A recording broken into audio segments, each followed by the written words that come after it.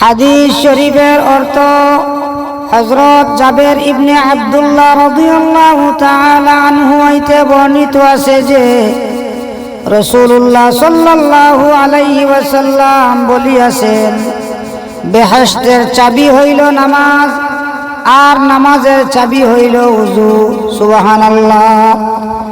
হযরত আনাস রাদিয়াল্লাহু তাআলা আনহু বর্ণনা করেন, রাসূলুল্লাহ সাল্লাল্লাহু আলাইহি ওয়াসাল্লাম ইরশাদ করিয়াছেন, আমার চোখের শীতলতা নামাজের মধ্যে রাখা হইয়াছে। অন্য হাদিসে হযরত ওমর রাদিয়াল্লাহু তাআলা আনহু বলেন, রাসূলুল্লাহ সাল্লাল্লাহু আলাইহি ওয়াসাল্লাম ইরশাদ করিয়াছেন যে নামাজ দ্বীনের স্তম্ভ। হযরত আলী রাদিয়াল্লাহু তাআলা আনহু হইতে বর্ণিত আছে যে রাসূলুল্লাহ সাল্লাল্লাহু আলাইহি ওয়াসাল্লাম শেষ ওসিয়ত এই করিয়াছেন যে নামাজ নামাজ আপন গোলাম ও অধীনস্থদের ব্যাপারে আল্লাহ তাআলাকে ভয় করো, অর্থাৎ তাহাদের হক আদায় করো।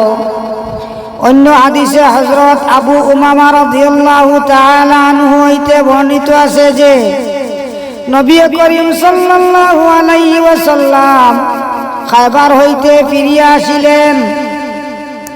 তাহার সঙ্গে দুইটি গোলাম ছিল।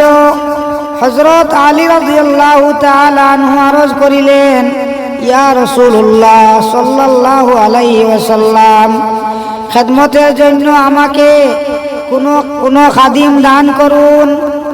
রাসূলুল্লাহ সাল্লাল্লাহু আলাইহি ওয়াসাল্লাম বলিলেন, এই দুইজনের মধ্যে হইতে যাহাকে ইচ্ছা হয় লইয়া যাও। হযরত আলী রাদিয়াল্লাহু তাআলা আনহু আরজ করিলেন, আপনি পছন্দ করিয়া দিন। নবী করিম সাল্লাল্লাহু আলাইহি ওয়াসাল্লাম একজনের প্রতি ইশারা করিয়া বলিলেন, ইহাকে লইয়া যাও। তবে তাকে মারধর করিও না, কারণ খায়বার হইতে ফিরিবার পথে আমি তাহাকে নামাজ পড়িতে দেখিয়াছি, আর আমাকে নামাজীদের মারধর করিতে নিষেধ করা হইয়াছে। আল্লাহু আকবার।